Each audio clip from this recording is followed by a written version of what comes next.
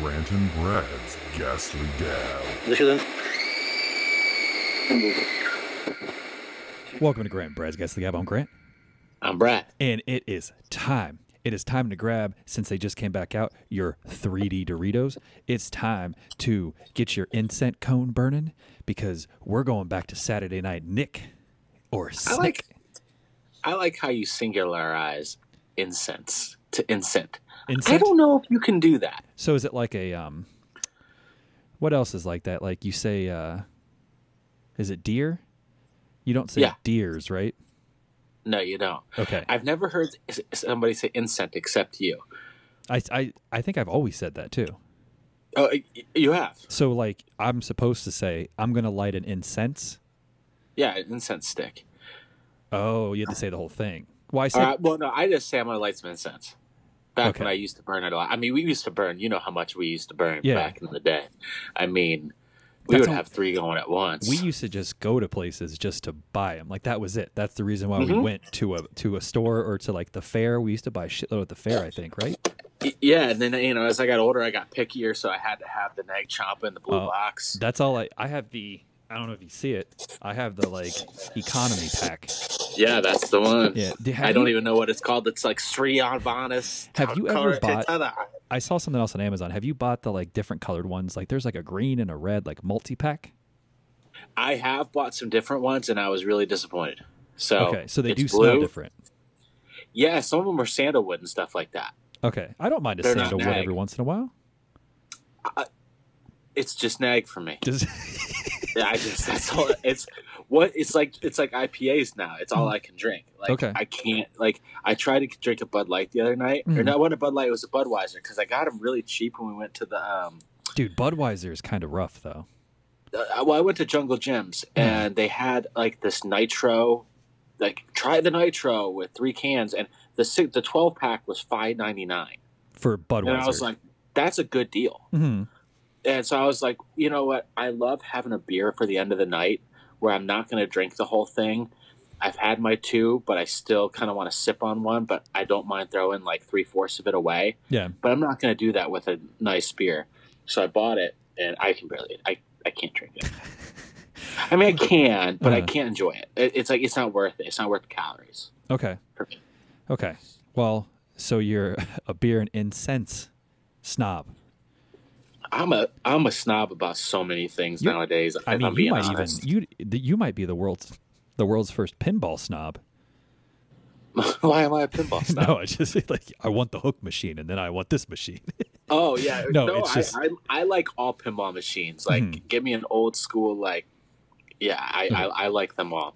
Well, the other word I found out I realized I can't say is addict, like not like a drug addict, like upstairs in your house. Addict? Yeah. Well, it ends in a C, and I never say addict. I say addict every time. So, I mean, I know everybody was waiting to hear that. It's breaking news. Go watch a movie. Go watch a movie. Ooh.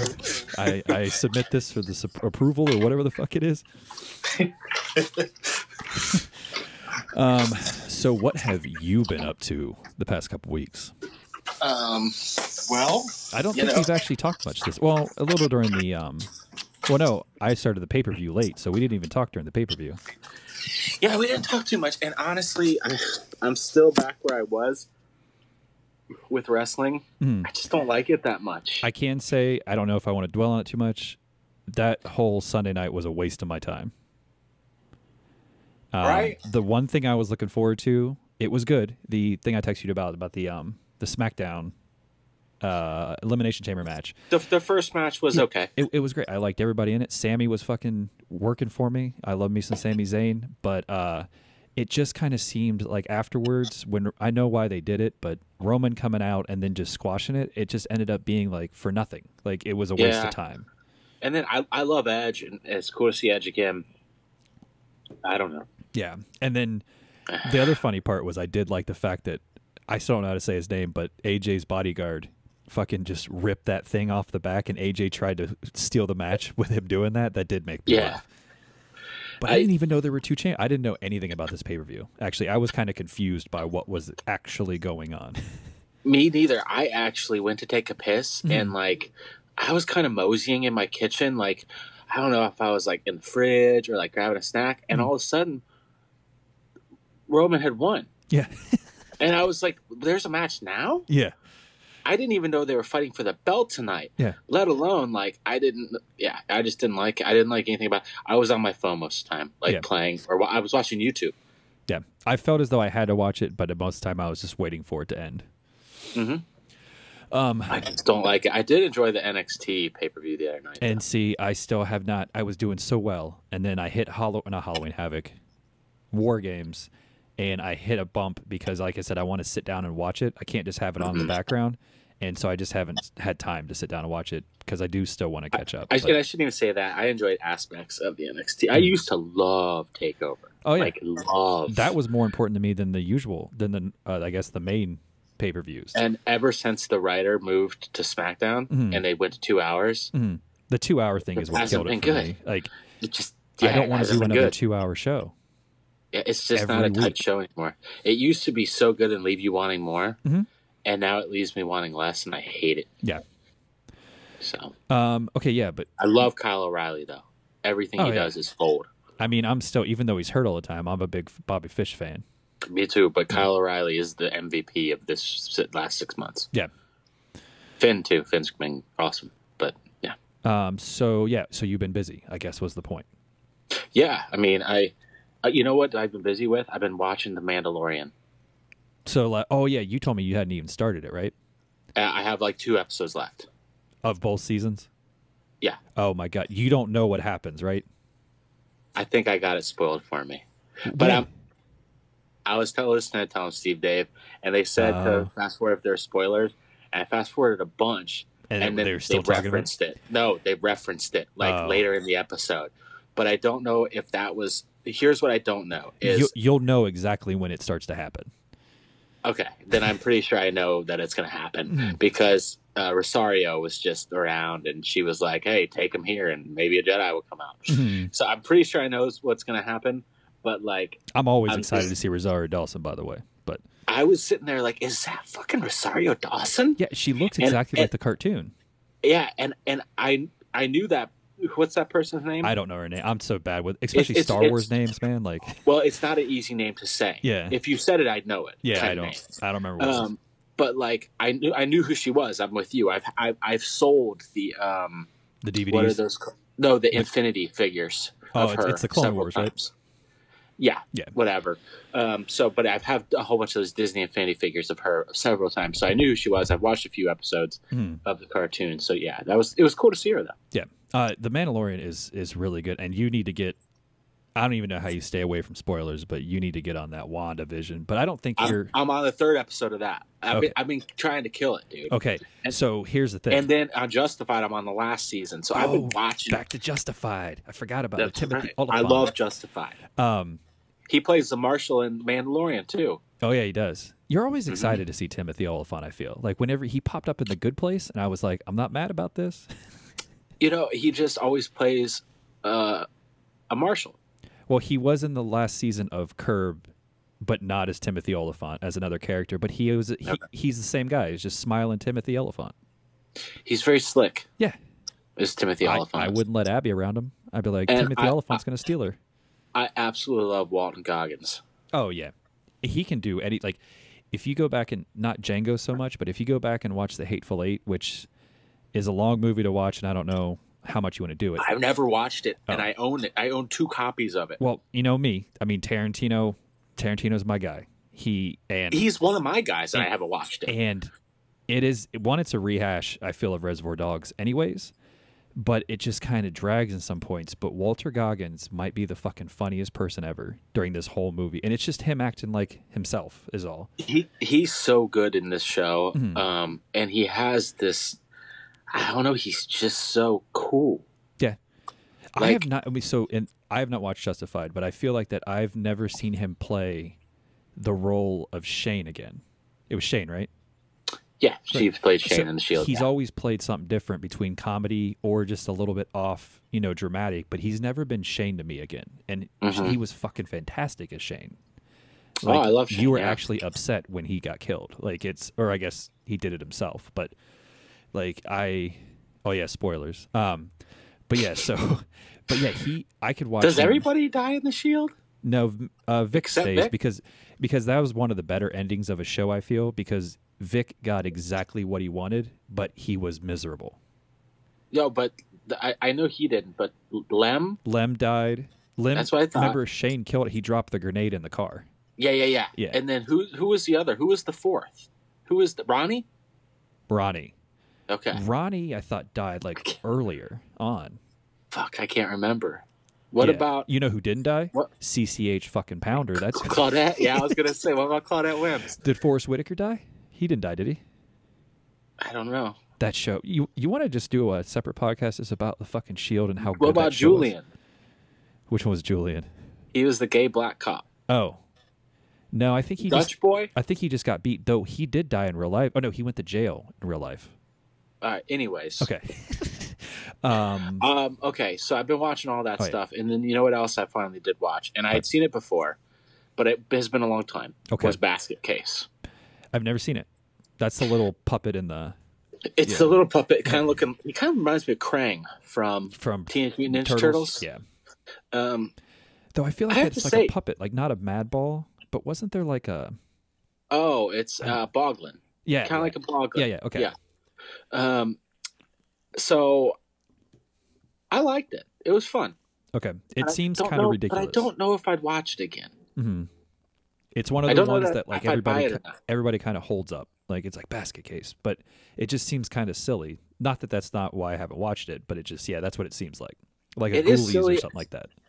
Honestly, it'd be a fun one to talk about on here because a lot doesn't make sense. There's plot holes galore.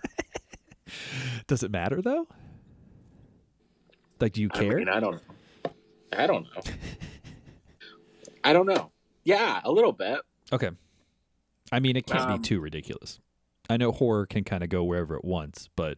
Yeah, it just seems like everybody knows that this thing is there, and then they just kind of, don't the next second. Yeah. And then, the hotel guy's pissed, and then all of a sudden he seems to be okay with it again. I'm like, how does he keep just being, I just didn't understand it. Yeah. But and then me and you also, we went ghost hunting. We did. As most people do on a Saturday night. Yep. I mean, at this point, we're not middle-aged yet, but I mean, what else are we going to do? I mean, are we middle-aged? Isn't that 40, 50? I mean, I'm 37 this year. I know you're coming up on... I'm 37 literally next week. I know Abby already hit it. It's gross. But I mean, why is that such a big difference? I feel 36, it's not it's younger, but 36 sounds younger than 37. Yeah, it does. I agree with you. It's kind of weird because maybe that's because you're not mid. You're late now. You're late 30s. Yeah, I think 37 could still be considered mid. Okay. I mean, I'm hitting it here soon anyways too, so. Yeah. I'm fine with it though. Yeah, it's because I'll hit 40. I'm getting gray. I like the gray. I'm good with it.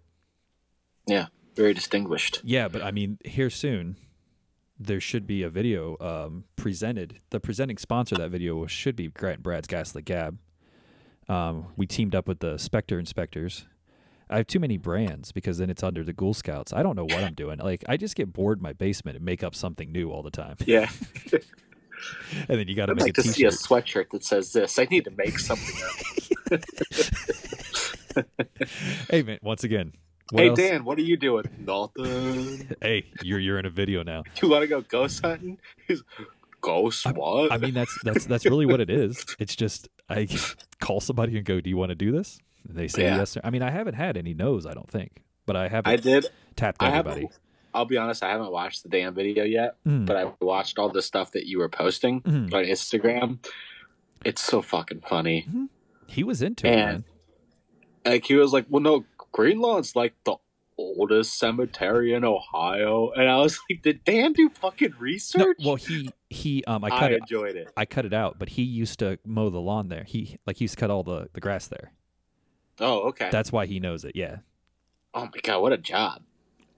That would be horrifying. Yeah. To like, I don't want to hit a headstone or. Oh yeah, that's what I said. I said, "How did you do it?" And he said, "I don't know. You just get used to it. You got to get the zero turn, man." Unbelievable. So yeah, is that it?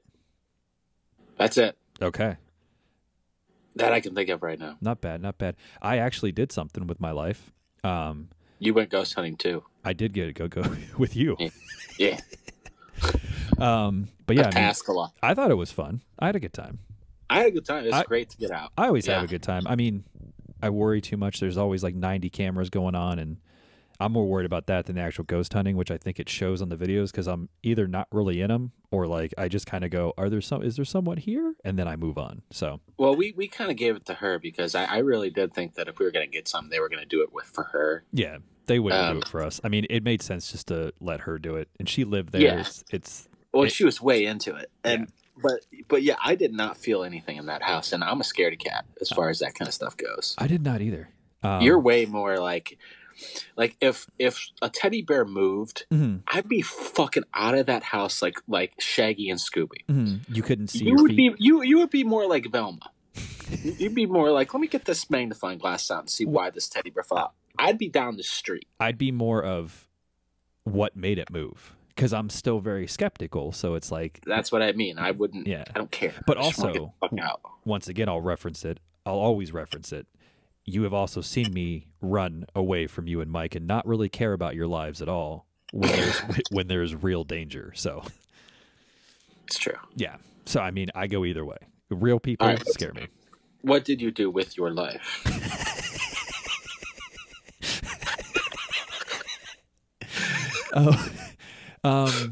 I watched the Cecil Hotel documentary on Netflix. Okay. How was that? I was very excited about it. I don't know how much I want to say or give it away, but like by the end of it, because I used to sit there and stay up late and watch videos and read articles about this fucking Elisa Lam video, right? I was so intrigued by it because it just seemed very weird. And for how skeptical I am, I was willing to go down the rabbit hole with this one and say there is. I think you might. I think if you're going to talk about this, a very quick background. Okay. What do you mean about Lisa Lam? Yeah. Okay. So it's a video that came out at the Cecil Hotel, and the Cecil Hotel is a very rundown old hotel where a lot of things happen. It's in the middle of Skid Row. A lot of shady things happen. Where is it? I don't know that. It's in downtown LA, but like the bad part. And so they say it's haunted. There's a lot of homeless people that live there. There's a lot of weird things that's happened. And basically this video came out from the LA Police Department that has a girl that she acts very weird. She pushes a bunch of buttons in an elevator. She gets out. She looks like she's talking to somebody, and the doors don't close. And that's why I loved it, because every elevator you ever go in, doors close. This one would not. A week later, or 2 weeks later, or whatever, they ended up finding her naked in the water tower. No explanation.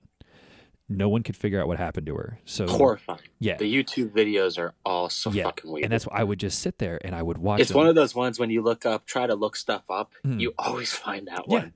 And you're always like, you always forget about it, or you're like, you haven't watched in a while, especially a couple years ago, and you're like, oh my God, it's horrifying. It's creepy. And the fact that she's dead later, and naked, it doesn't make any sense.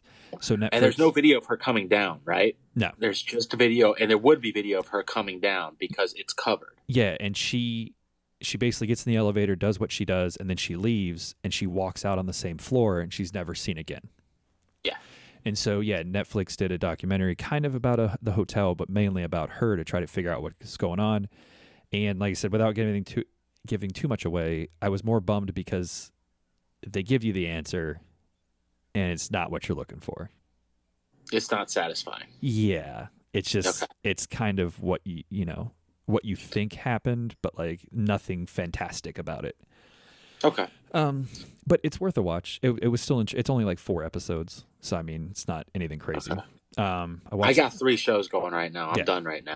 Watch that. Once that happens, maybe. And then I got the idea to show Abby season 5 of American Horror Story because it's about the Cecil Hotel, and it's one of the better seasons of American Horror Story. I think we talked about this last time, actually. So we're still in the middle of that. Okay. I watched, not scary, but I watched Palm Springs on Hulu, the new Andy Samberg movie. Okay. I thought it was You're more into that guy than I am. Yeah. A what guy? What, Andy Samberg? I said you're more into that guy than I am. Yeah, and it was good. It was more dramatic than He's I thought. ridiculous for the sake of ridiculous. Mm. Sometimes I'm like, all right, I get that. I like hot dog. That's fine. I get it. No, but it's more of a dramatic thing. There are some funny parts, but I really enjoyed it. Okay. It's just a new Groundhog Day kind of type thing, but with a twist, a little twist, a little twist. And then I finally got to the two movies that I think on this podcast I've talked about a million times watching. I watched Host on Shudder, the Zoom horror movie. Is that the thing with like the tentacles coming up? No. I know what you're talking about. That's an old like monster movie. Not old, but from like 2000. Yeah, the Host. This is just Host, and it came out right when lockdown happened last year. Okay. And it's basically about a group of friends that have a seance over Zoom. And then hilarity ensues. Yeah. I liked it. It's only like 50 minutes. Because they try to do the thing where it's like, which the timing's off, the math is wrong, but it says like, that's how long the Zoom call can actually go. Yeah, the 40 minutes. Would you like to buy more? A lot of people gave it a really good review. It was on that Rotten Tomatoes list that we did, like very high up there. I thought it was really good. I'll watch it again, but I don't know if it deserves to be all the way up on that list of Rotten Tomatoes. Well, if I recall, Lost Boys was like a 73. I would say that it would work. It works very well for like a VHS segment. Okay. But yeah, I enjoyed it. And then the other movie I watched last night, which I'm still trying to digest, is Us. I finally got to it. Oh yeah. Have you seen it? Yeah. Okay, I really liked it. That's the one where they have doppelgangers. Yep. I really liked it. From what I remember, though, I feel like that I enjoyed... It took a second, though, right? It took a second to realize what was going on. Yeah. I enjoyed Get Out more, I still feel, between those two movies. I love fucking Get Out. But Us was good, and it's so fucking multi-layered that, one, they're giving away the ending. Like, I figured it out before the ending. He didn't try to hide it, even though he kind of did. But I am still, and I started, like after I watched it, I went down the rabbit hole of like reading, trying to figure out all the different metaphors he was trying to say. And the one that I found is very controversial is people think that the kid, the little boy with the werewolf mask, was the same. The bad one was actually up there. And I think I'm with it. And people are like, there's no fucking possible way that he could be a bad guy. But like the clues are there that the little kid was actually the same as the mom. Like at one point there was a switch with a doppelganger. Right. And the dad and the sister are normal, but the other ones weren't. But I thought it was really, really good. The one problem I do have with it is I feel like that the whole government mind control zombies was thrown in there just to have like a story for some reason. Like they didn't really go into it that much. It's been a couple of years since I saw it, so I'm like struggling. Well, yeah, the whole idea was that you just watched it. No, I remember. That's the problem with it. I would say is that Get Out's watchability factor way better than Us. I don't want to watch Us again. I do, just now that I know everything. I want to watch it again and like try to pick it apart and see if there's little things that you can notice. Okay. But yeah, that's what I've been busy doing other than working. So I actually kind of did stuff, cool. Hung out, watched movies, and had a little bit of a life. Yeah. Yeah. So yeah. And now I'm back here talking to you again. Well, let's get to it. Cause like I said, I can't believe how much I wrote. All right. So a year in the making. Oh my God. And see, this is Brad. This is where I already got you. So I remember an episode, I don't remember what it was, but I remember an episode that we did, I can't find it, that you wrote something or you tried to do something from memory. I think it was the last Are You Afraid of the Dark? You tried to do a couple episodes from memory. Now here's the thing. If you go back about a year ago, before all this shit happened, we did season 2, disc 1 of this. Okay. And right before we did that, I started watching disc 2. And then we never did the episode for disc 2. So the first 2 episodes on the disc, I have notes from a year ago. Okay, nice. So I'm going to tell you what I wrote. maybe not remembering it and see where we get from there. So you might have to do some heavy lifting on the first two. Okay, so the first one I have submitted for the approval of the Midnight Society is Tale of the Magician's Assistant. Is that your first? Yes. Yes. All right. And my first note is, tough boy hates his fucking teacher. Fuck Tough boy. He's, you know what, he grew, though, this time. He's a little older. He did. Wiser, he's a little wiser. Than he is the first season. But Gary... He just has to use big words for magicians. He always tells his magician stories, doesn't he? Gary, or no, glasses, He's the one with right? Glasses. Yeah, glasses. Old glasses, Gary. Yeah, fucking nerd. Yeah, you fuck.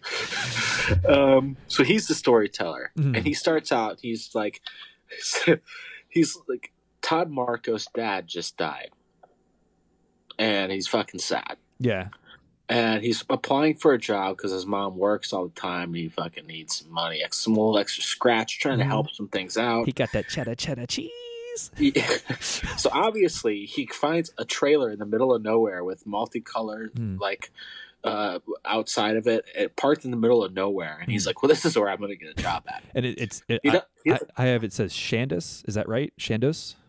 Is that the name of the magician? Yeah. Are we not there yet? Sorry. Shandu. I'm not there yet. Yeah, okay. It's Shandu. Shandu. Yes. So he's in the store, and he's in Shandu's trailer. It's not a store. I'm sorry. There's another magician story on here too. There is. There's somehow we got two fucking magician stories on the same disc. And Gary one is a tribute to Gary, and one's told by Gary. So it's just a Gary-ific disc. Garific. That's a new T-shirt. So the magician comes out and he's like, "Who are you?" And he's like, "My name is Todd Marker." Now, it wasn't a minute and a half ago I wrote that his name was Todd Marcos per Gary. Yeah. So I rewound it.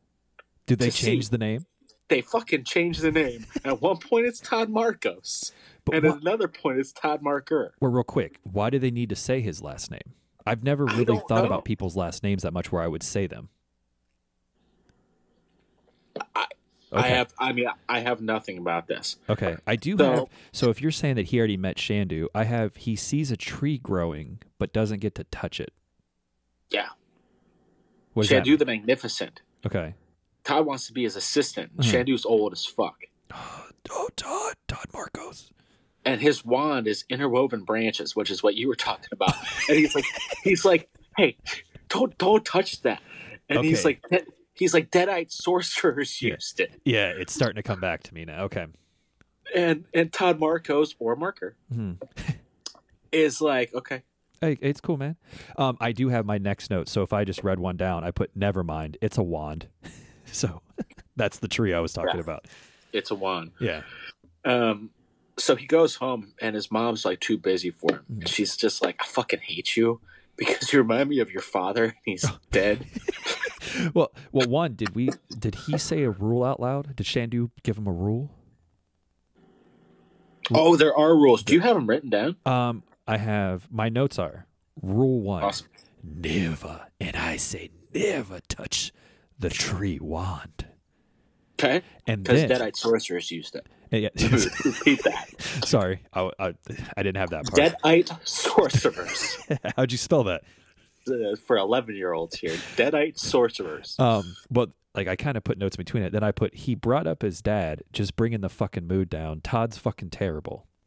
Yeah. Then I put rule number 2: only let them see what you want them to see.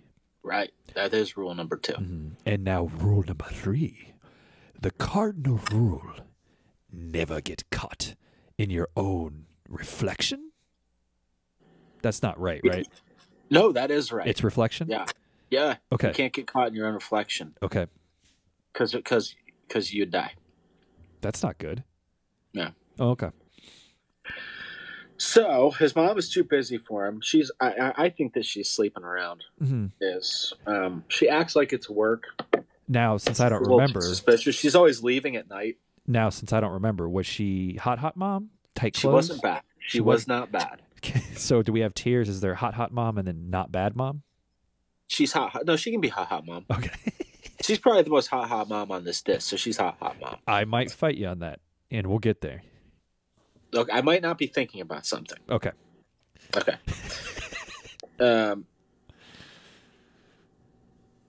So he messes up all the tricks. He doesn't do well, Todd Packard.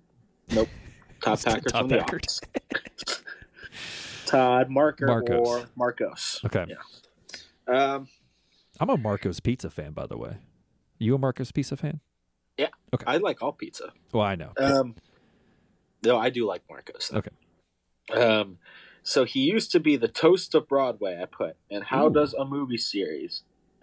Then everything got fucked, so he's bitter about it. I said that one, and it wasn't good. See, this is my fault. I apologize. I was too cocky here, thinking that like I would figure it out. And so I have Todd lays down the law, tells old man to calm the fuck down.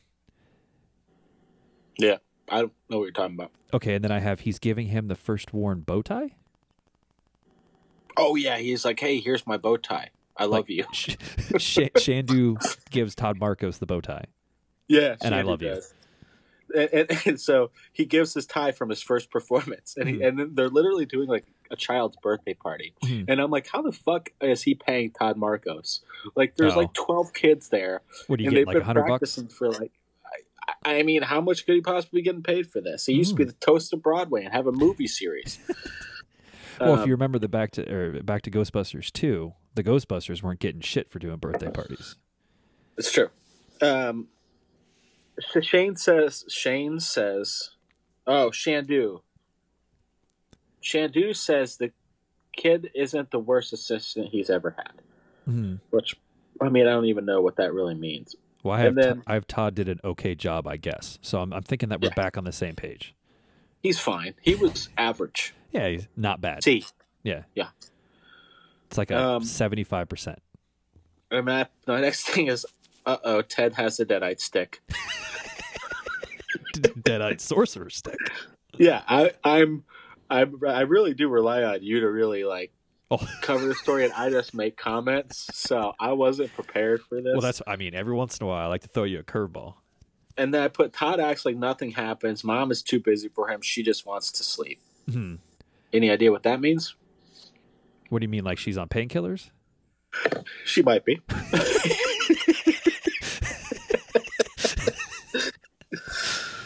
Sleeping around, painkillers. I mean, I am all over the fucking place. So I have, he shows up at the trailer and everything is a muck. Birds flying and shit. He goes for that fucking wand again, and then he helps the fucking animals. Why did I write the F word so much? Now he's fucking with the wand. Boy has too much power. He finished the storyboards for his mom, but a ghost thing appears, and I think she's hot. Can't tell. I mean, he gets his mom's storyboards done so he can tell her his stupid stories. I forgot she's a storyboard artist, right? Yeah, okay. And that's what he just wants to tell her what's going on in his life so bad. Yeah, he's like like, you're not your father. Please leave me alone. Like, when I made you, I thought your dad would be around. He's not anymore, so you're not my problem. My interest level in you went from a 7 to a 2. Marcos. Todd Packer. Fuck nugget. My last name's not Packer. Next, Nazarek, Spirit of the Wild, comes to visit him, and she's just like, use it whenever you want, anytime's fine. Is that the demon? Yeah. Okay, he summoned a demon. Yeah, she's just hot. So yeah, I put down mom. Yeah, she's just hot. Yeah, probably the most attractive person ever on an episode. She can say he can do anything he wishes. He summons a demon, and now the trailer's on fire. Yeah. The Shandu catches him putting it back, and he's like, you fucking saw Nazarek? And he's like, yeah. And he was like, she's a demon, dumb shit, and she just wants the wand, and she can turn into whatevs. And he's like, get the fuck out, Todd. And so Todd's like, man, nobody likes me. Yeah, like, how do I keep screwing up? I even finished the storyboards. Yeah, and then I weird science this person into existence, and now I'm in trouble for it. Yeah, she's super hot. Yeah. So is she a Deadite? And I mean, what does Shandu have to lose? He used to be a toast of Broadway, and now he's doing little kids' birthday parties. He had his own TV show. Well, movie series. Okay. Sorry. So I don't know what happens. He thinks Shandu's trailer is on fire, but it wasn't. It's just the demon. Yeah, Shandu is obviously in the vortex, is what I put. And I don't know how the fuck he got in the vortex. They didn't say anything about the vortex being a threat. All of a sudden, he was just like, it was just explained that he's just in the vortex. Yeah, he's stuck. Don't know what the fuck the vortex is. I'm guessing he goes home and he sees his mom, but it's not his mom. Yeah, and then wasn't. She does like an Evil Dead thing, right? Yeah, like she kind of floats up. Yeah, she's like, and the demon is like, hey, give me that wand, and he goes, Homan, and he fucking unzips his pants, and she's like, wrong wand. Yeah, and she's like, I hate you, because that reminds me of your dad too. Todd, you little fuck, and so. Starts talking to his mom, but it's not his mom. He sees a note from her, and she's like, I'm going to go get some groceries, Todd. Yeah, and you know what groceries probably mean. You know what really would have helped me out rather than getting the storyboards done if you just would have went to the fucking grocery store for me, you fuck nugget. Milk. Like, do you not open the fridge and realize you can't eat anything, Todd? Yeah. But Todd. Have fun drawing that they'll know that's not my drawing. Thanks for helping out for nothing. Yeah. Hey, thanks for doing the stupid storyboards for me that nobody's going to be able to tell what they're about. Can't even draw, you dick. Yeah, I hate you.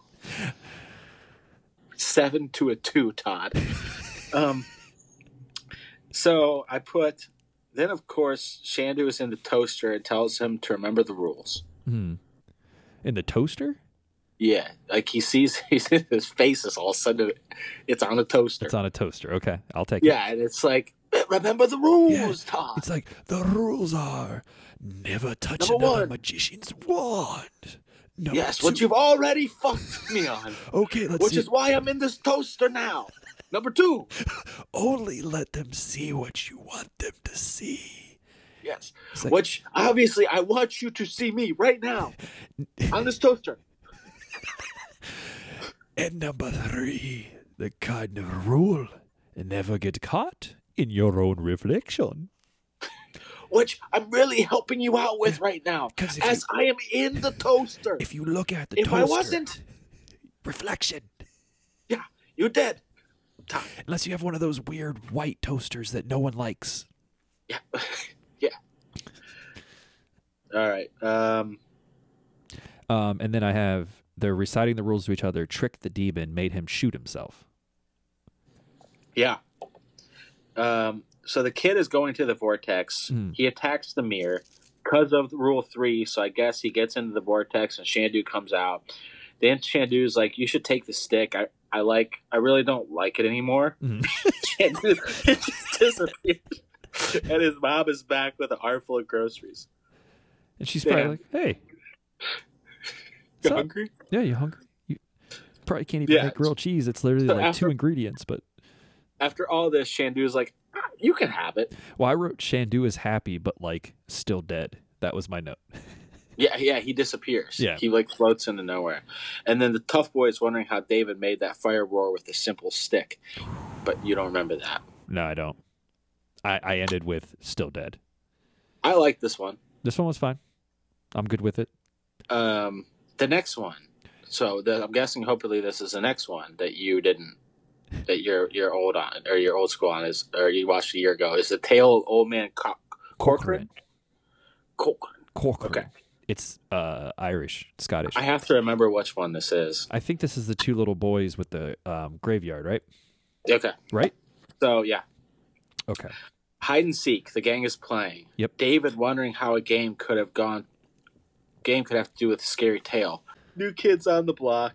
Oh, Jack and Kenny water guns. They's clowning. Yep. What'd you say? They clowned? They's clowning. Yeah. Okay.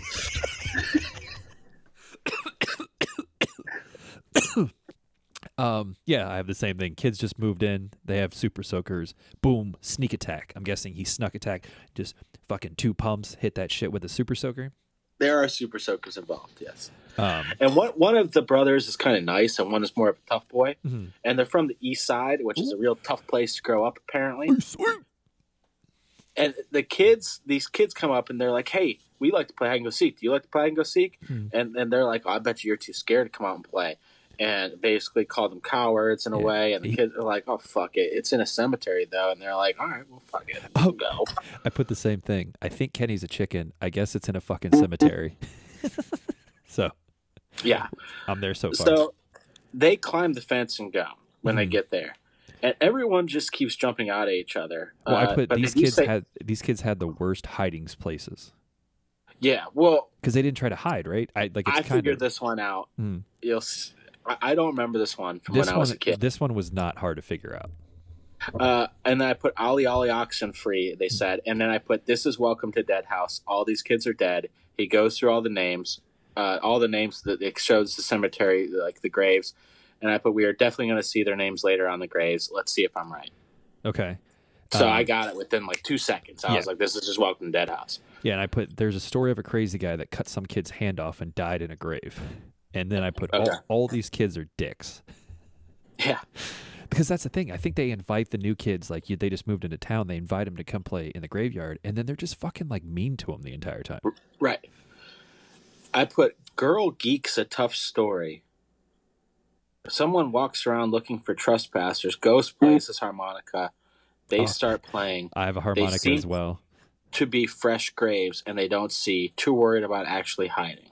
No, they just keep like not hiding this entire time. They just keep jumping out trying to scare each other, which is the exact opposite point of hide and seek. Yeah, it doesn't really make any sense. They hear something, so obviously they go investigate and hear a harmonica, and there's a shack in the middle of all this. That's obvious Old Man Corcoran's. They do an odd handshake that doesn't work.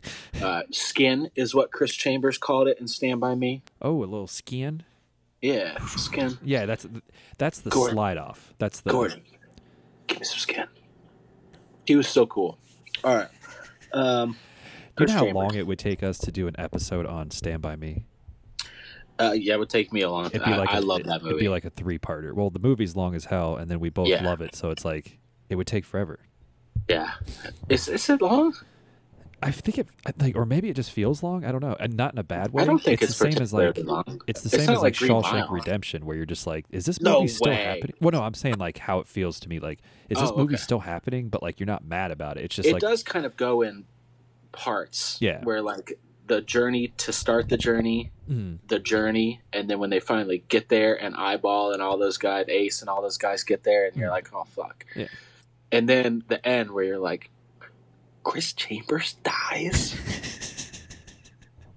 And then you start to get sad as you get older, because isn't that the movie that they're like, I don't think I had as good of friends as I did when I was 12 years old. Yeah, I think that's one of the lines, and I'm always like, fuck. Well, yeah, I mean, that's just terribly sad. Well, it's the thing of like, it's that carefree attitude of like, this is never going to end. Like, this is what life is like, we can run around, ride our bikes, do all this shit.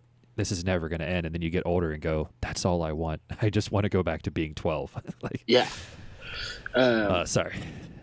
Okay, so I put, of course, there's a random harmonica sitting on a tree stamp, and then an old hand grabs it, and the kids skedaddle. And I said, boom, there he is, which I'm guessing that meant that Corcoran's there. Corcoran. Yes, I put, there's an old man there with overalls and an axe. After somebody called Ollie Ollie Oxenfree, the kids are getting the fuck out. Yep. So now they're back home the next day, sweeping the garage and talking, and suddenly all the kids are there, and they like didn't hear like all these kids walk up, like 10 kids, and all of a sudden they're like, oh, there they are, and they get made fun of.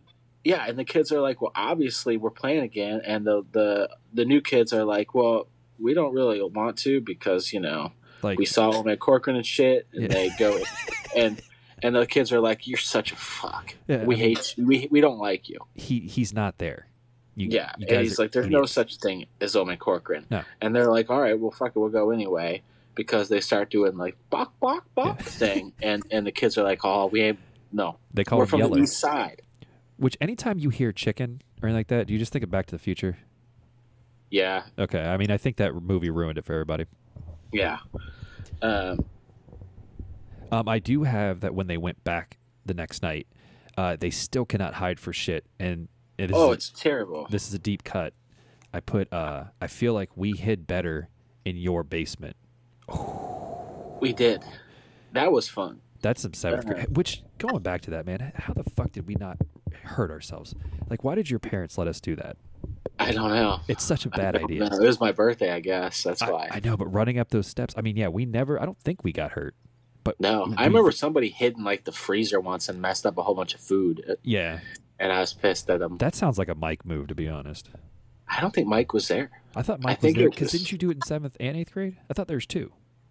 I think it was me, you, Josh, and Ben. Yeah, that was, both years. Wasn't Scott there one year? Scott Duncan? Oh, I don't know. Ooh, possibly. That makes sense. Hey, Scott Duncan, if you're out there listening, yeah, let us know if you're at Brad's birthday party, and if you weren't, I'm very sorry for bringing this up. I think Scott was there, but we had a falling out around that basketball season. Oh, okay. In 7th grade, but he was probably there in 6th grade. But I don't know that we played the basement game that year. Okay, all right. So, keep going. He was there. He hit the black sheep sign down in 6th grade. Remember that? Yeah, I remember that. Yeah. All right. Yeah, it's Scott. All right.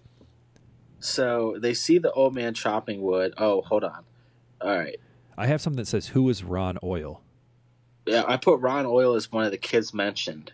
Then a whole bunch of fog came. Then they hear harmonica playing again. Yeah, and then they see the old man chopping wood, and then they want to take his harmonica because why wouldn't you?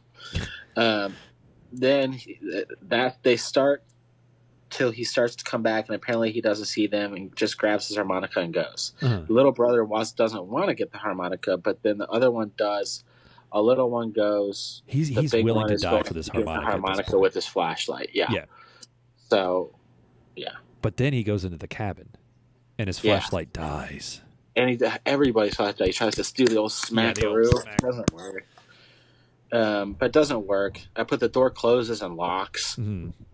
Then also somehow the little brother's there, and he's got the harmonica. It's like, how? Yeah. How? And I think Corcoran wants his harmonica back. Yeah. That was the worst Spanish Jesus. And he got the harmonica. The flashlight's working, and it's floating. Actually, nope, it's Mr. Corcoran. He's like, just give me my harmonica. Like, I just want to chop some wood and play my harmonica. Yeah. That's all was on my list. I have a list of 2 things. I want to honk on the bobo. Yeah, that's... Fuck. And so they go into a hole, and there's already a girl there from earlier, and she's the main one. Or she's grave? Like a grave. Yeah. Okay, so we don't really know yet. She's like, get the fuck out of here. And the kids all are in their own graves basically, and they keep trying to get the kids to hide, but the kids are supposedly it. Like the black kids are it. The new kids are it. Oh, okay. But everybody they come up on these people and they're like, go get your own grave, and you're like, but I'm it. They don't seem to notice that. Yeah. Like they're not actually. Nobody's playing hide and seek by this point ever the game in was this over. whole game. Yeah, the game was over. The whole show. They've never played hide and seek well. Yeah. I mean, it's and so I put well, tell you know who won the pony. All the kids are dead. There's Marshall playing with a mugshot on his fucking grave, and the old man is the only one who's actually alive. And I put, for the record, Welcome to Dead House came out in July of '92, while the second season of Are You Afraid of the Dark did not start until June of 1993. Well, see, here's the thing that I remember too. Do you remember? Like, maybe this is a good time to I don't know, do some research to see if this happened. There was a time where Are You Afraid of the Dark just started ripping Goosebumps stories, right? Yeah, they did the mutant one. That was the biggest one that I remember. That was like just because I remember you'd wait all night on Saturday night and it'd come on, and I would think it's just like, wait, I already read this. Like this is not a new story, I guess. Yeah. But yeah, I don't remember any of that last part. I just put the kids are dead and Corcoran is actually alive. Yeah. But I'm gonna let you take it from here. They didn't. I mean, no, they just didn't really hide anything that well. Because isn't that the same story as Ghost Beach too? It's been a while since I read Ghost Beach. Yeah, I think it's like the kids are trying to... I know the kids go to stay with their aunt and uncle. Yeah, and I do believe. I think, or maybe their aunt and uncle are dead. Maybe that's what it is. Could be that. Yeah. It's been a minute. Yeah. All right, hold on. Let me get a drink. I know they go to a cave and everything, but yeah. And now I'm back. And for this one, I submit to you, Bradley. It's the tale of the full moon. Yes. And what do you think full moons usually mean? What are we going to get a story about? It means werewolves. Werewolves. You're correct. I mean, that's what I asked you. You got it right. Yeah. Yep. So tonight's a special night, Brad. This is Frank's story. Yeah, we have the anniversary of your favorite character. Tough Boy has to tell a tale because it's his anniversary of being. It's his anniversary. Yeah. And he's like, no problem. Yeah, he's like, I got tons of stories. You want to hear about me lifting weights? You want to hear me about smoking cigarettes? You want to hear me about pounding puss? What you want to hear about? It's like, no, we just want to hear a scary story, bro. So it's a full moon. I got one for you. It's a full moon. Tale of the full moon. And this motherfucker starts out, you might have to look this shit up on your phone of who stole off who here. It starts out with two fucking nerds that want to be pet detectives. Yeah. As if that was a real thing. Yeah. I don't think it is. No. It's it was Encyclopedia Brown. Well, I never read Encyclopedia Brown. I don't think this is what it was, except he didn't just specify pets. Oh, okay, detective. Did you ever? I used to read Cam Jansen. You remember Cam Jansen? She took pictures with her mind. Oh, okay. No. Yeah. Okay. So they're pet detectives, and I put that's real, and Chihuahuas are their specialty. So if you lose your Chihuahua, Yo quiero Chihuahua. Jed and Huey are their names. Yeah. I didn't really do good with names on most of these, but yeah. You never do. Yeah, and I'm not that bad. I was just kidding. Kid has a fucking Jerry curl like Mr. Coon. Boom. Another deep cut. And he's fucking rocking it like a mug, man. Like, he got it. His friend wants a dog. He's just like, I'm saving up for that puppy. We got to detect a lot of pets because I want a new dog. Right. And they're just fucking so they get a lead on a pet, I think, for a cat. There's a missing cat on the loose. Yeah, they charge $20 pre-finding it. Yeah. And here's what I didn't understand. They're counting off what they want to bring, and he's like, rubber hamburger. And he's like, got it. And then he's like, dog whistle. He's like, got it. And I was like, no, he doesn't know it. He has to sit on it first.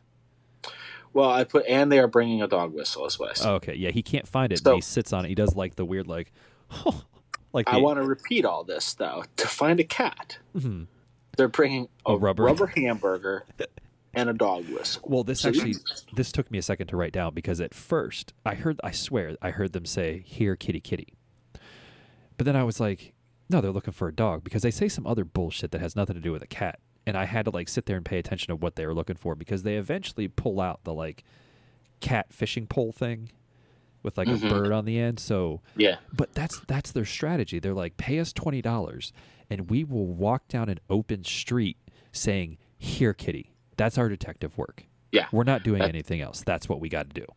That's it. So then a kid fucking dives over this fence because he's like, this giant ball of hair is definitely a cat. It's not. Yeah. It's a woman's wig. They also have a fishing net. Yeah. That's what they brought with them. So they knock off this woman's wig, and she's like, damn, kids. Now what am I going to do?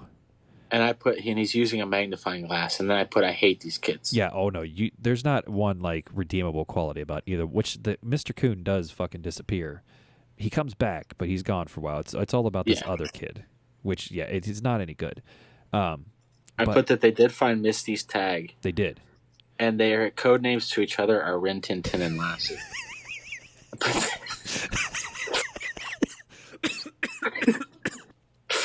I will say, as this episode keeps going, this is almost as ridiculous as the 13th floor one or whatever the fuck that one was called. About the toy. Yeah. Like, there are decisions made in this episode that they are sticking with. Yeah. So it gets sillier and sillier about pet detectives, the Rin Tin Tin. I fucking actually laughed about the Rin Tin Tin thing. Yeah. So one kid goes home to eat, and the other kid finds like 400 dog collars. Oh, in front of this house. Yeah, and he's like, "Well, this has to be my place." Yeah, it's a spooky house. So he finds all the collars, and he sees it's not even a spooky house. It's like a condo. Oh, is it? I wrote spooky house. I don't know. It's not a spooky house. It's not a spooky. And I put he's looking right at the guy, and it's basically Fraser Crane sitting there making hamburgers. Yes. No, he's making meatloaf. He cracked that egg. I guess you can use an egg in hamburger patties too. You know what? It could be. It was hamburger patty. He was making ground meat. Let's agree to disagree, but also agree. Okay. Then he makes the meatloaf. I think he gets like a phone call and fucking like goes upstairs. Something happens where he has to go upstairs. And then, like any normal fucking kid would, this kid for some reason goes in the house. Right. And he starts snooping. He's a little snoop, you know, just snooping around. He is. And he finds a fridge full of meat. Yeah, Tupperware full of burgers. So now, Brad, there's a fridge full of meat and a bunch of collars outside. Yeah, it's starting to look suspicious. It's pretty suspicious. So the guy hears him. Well, the walkie-talkie goes off. He's like, "Come in, Rintintin. And he's Lassie. Not right now, Lassie. It's like, fuck it. You just fucked me again, Lassie. This is like the third time this month that you have fucked me. Rintintin out. So yeah, it goes off, and kid fucking takes off, but the guy hears him, and the kid snags his shirt on a nail while he's running outside. Yes. So it creates some drama, like the guy starts coming downstairs, and the kid can't get his fucking shirt off the collar, and then last second disappears around the fence. The guy kind of goes outside and looks around. And somehow doesn't see this fucking kid run right past him, by the way. It's very Scooby-Doo-ish. Yeah, it's like the other episode that we talked about with the vampires, where they cannot see this little girl under the table right beneath them. Yeah. That is exactly what it is. And he runs away while the guy's still out there, and it's like you didn't see the movement of a whole person running away. Like, and he goes home, and his mom looks like a character from Edward Scissorhands. Okay, so this is what I want to get back to with the hot mom. Maybe she doesn't deserve to, but she was working for me. Really? Yeah, like I style. I get that. I don't know. It just worked for me. It's fair enough. It's like that 50s bouffant style. Yeah, and that's where I'm saying again, there were choices made where, like, I don't know why there's so many plastic flamingos. I don't know why it's in the 50s, because the kid's not dressed like it's the 50s. It's not a period piece. Like this mom, like, that's just her style. Yeah. Her entire house, her dress, her hair, everything's in the 50s. So you do you. It's inexplicable. And yeah, we can give it a hot mom. Yeah. For me, not so much for you. Oh, and then his mom's like, I can't afford another mouth to feed. And we're not getting a dog. And then she's sitting there feeding her face with potato chips. She's like, actually, I don't have anything of what she's like. So she doesn't believe the story about, oh no, he's like, there's fucking people fucking killing cats, man. Like, there's so many cats in this. He's like looking, he's spying at the guy at night. Oh, and Steven turns into a werewolf. That's right. So he asks for a dog. Mom's like, hell nah. He goes upstairs, sets up this video camera, shoots through. It's like very Fright Night-ish, where like he's spying on his neighbor. He sees the neighbor turn into a werewolf, and he like screams. I don't know what happens. Like, I don't know why his mom comes into his room. Yeah. But she comes up. She's like, what the fuck are you doing? He's like, Mom. And he's like, it's a wolf. Yeah. There's a werewolf. There's a fucking werewolf, Mom. And I put Rin Tin Tin wakes his mom up, and she doesn't believe him. It's not on the video. Yeah. And so they research werewolves just so they can use the word lycanthropy. Oh, yeah. And now Mom is dancing. Well, all weird, all by herself in the kitchen. Yeah. See, that's what, like, she's just a little bit quirky. She's very quirky. She's quirky, Mom. That's what she is. And then she has a date.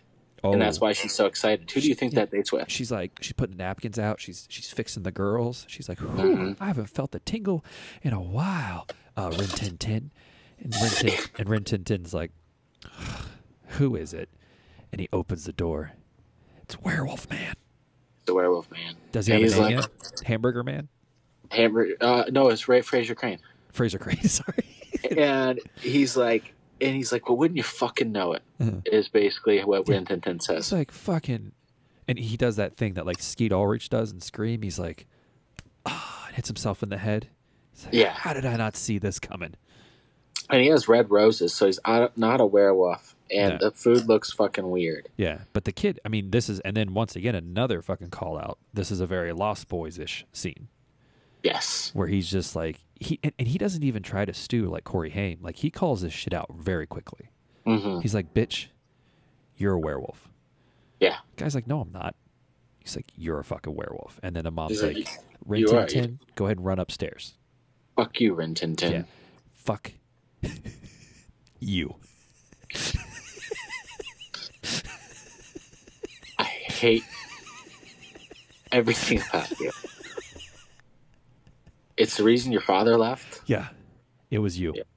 It was you. It's like, I cannot be the father of a boy who dreams to be a professional pet detective.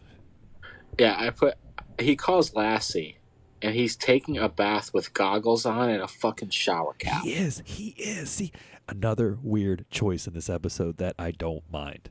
And obviously they decided to break into the guy's house since he's out for coffee with his mom. Yeah. So he pulls out a fucking crowbar, as most kids have, and breaks it. I don't even think I've ever touched a crowbar in my entire life. I don't know where you're getting one.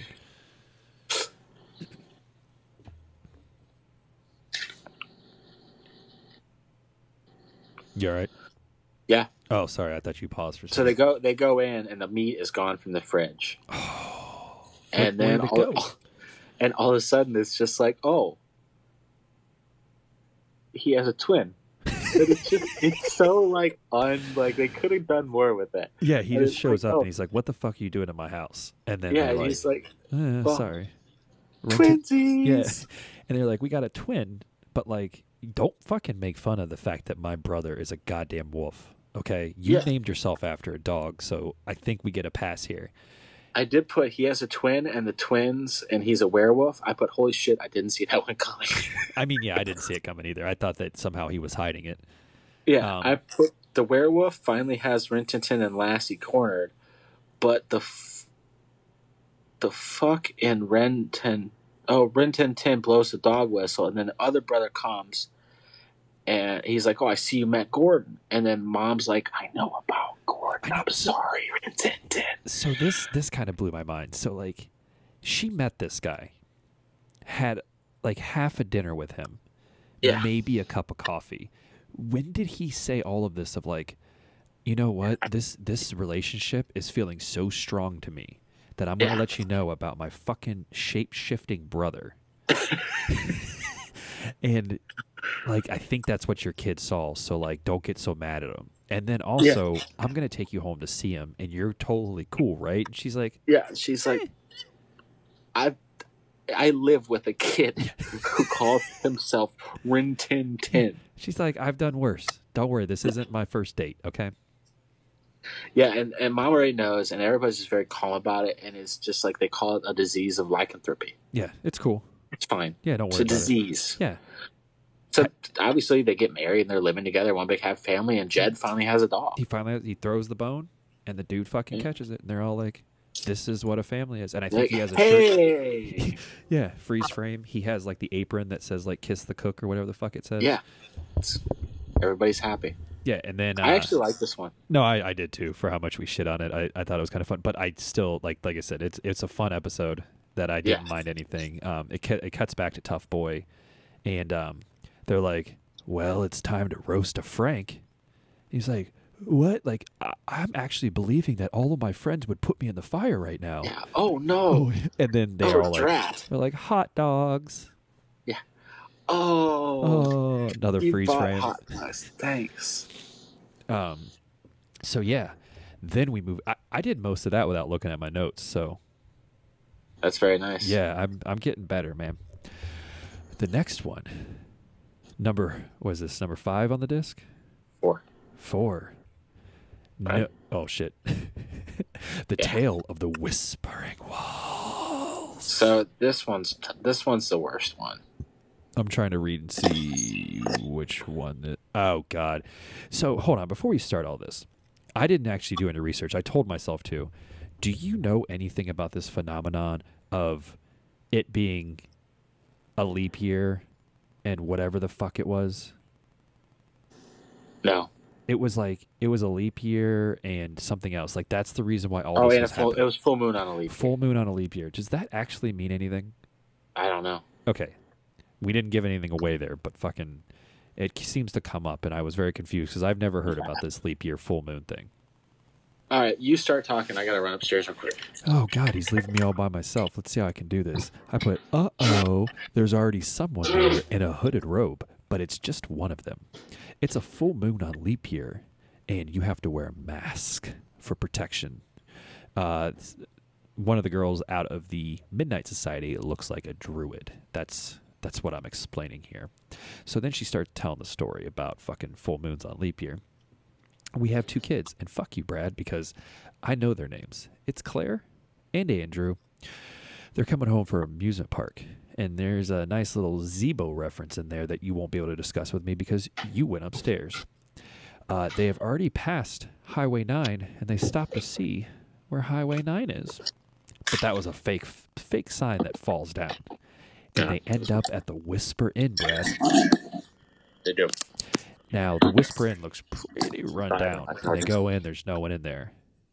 But wait, someone yells, "Shut the door." They need directions. Yeah, but someone yells, "Shut the door." Mm-hmm. And it looks like a member of My Chemical Romance. Fuck you, man, because I have a member of My Chemical Romance is there all by himself, and he says, "You're right on time. Shut the door. Shut the door." It's like, what's on the mat? Shut the door. Guy with the skeleton jacket. Yeah. Yeah. He says, "Oh, you're right on time." Mm-hmm. He's like, "Hey, you got to take a dirt road. It'll cut miles off your time." No way anyone would ever listen to this person. No. I mean, unless you're... I mean, this is back in the day with no GPS, and you're really that desperate, you probably would. Yeah. But I've learned enough, and I'm terrible with directions. I would not ever take a shortcut anywhere that I didn't know, so... But, I mean, this guy especially, it's just bad idea. Bad idea. So the car stops working at a random house. The babysitter's like, "Well, the last time worked so well, so I'm going to go in this one." And she goes right up to the door. It goes in. Mm-hmm. And then the kids are like, "This has been a while. Yeah. We'll go in too." Yeah. These people seem to love having guests over for no reason. Right. And then, hold on, I lost my spot. There's a giant room just for a music box that these 2 kids find. It's just that they still haven't found the babysitter, but there's this music box. And the first fucking thought through this kid's head is, "Oh, it's a party. Awesome." And like, it's not a party. It's a fucking room with a music box. There's no party. But there are banana splits. Which they've been talking about the whole time. Yeah, he's like, They bought the banana splits. Yeah, it's the usual brother and sister. They're just like, anything that one of the other says, they're just like, "Shut the fuck up." Yeah, I hate you. And so they get banana splits, and right away she fucking like knocks it out of his hand, and he's like, "Why are you being such a cunt?" All right, like that was our only banana split, even though there were like 3 more on the table, and then all of a sudden the banana split turns into smoke on the ground. It's a really odd scene, but it turns into smoke, and then My Chem comes out, and he's like, "I'm not okay," and they run out. The end. The end.